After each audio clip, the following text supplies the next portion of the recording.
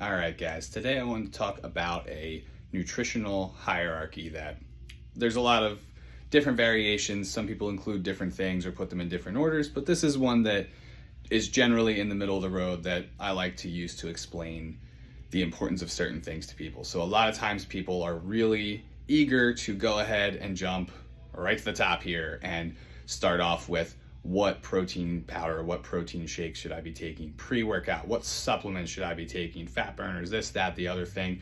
And you'll notice that this is at the top of the pyramid. That's the last thing that we need to do.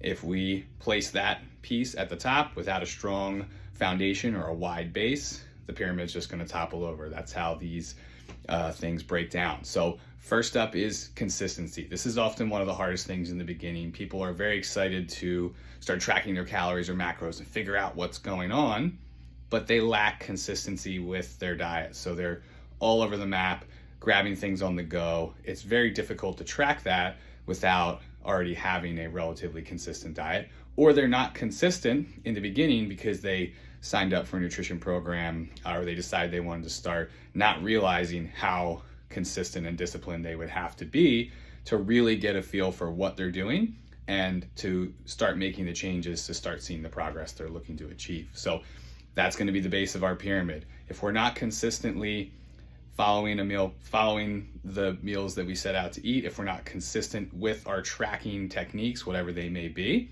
we're not going to be able to get a good hold on the rest of the things as we work our way up the pyramid. Once we're consistent with our food intake and we're consistent with our ability to get a feel or to measure or estimate what we're eating, we can then look at what's the total, figure out about how many calories our body burns, figure out about how many we're intaking, and then try to set the appropriate number to lose body fat, to maintain our weight, or to build muscle and bulk up. And then from there, we can go a little bit further if we want to start to challenge ourselves more and then ensure that maybe we're eating enough fat or maybe not eating an extreme amount of fat calories that is going to affect our performance, or make sure that we're getting enough protein to support the muscle growth or just our general bodily functions, and get into a balance that supports our goals, gets us feeling better, and supports our training.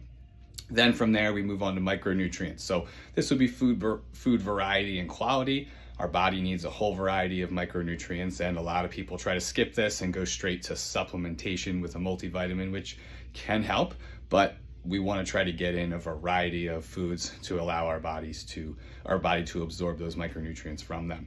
And then at the top, finally, a very small little piece of the puzzle might be, it can be tough to eat 1 gram of protein per pound of body weight. A scoop of whey protein is fine as a supplement. Caffeine has proven to improve aerobic training and performance. Creatine is another one that has a lot of science behind it and does really well. There's a few supplements out there that they work really great.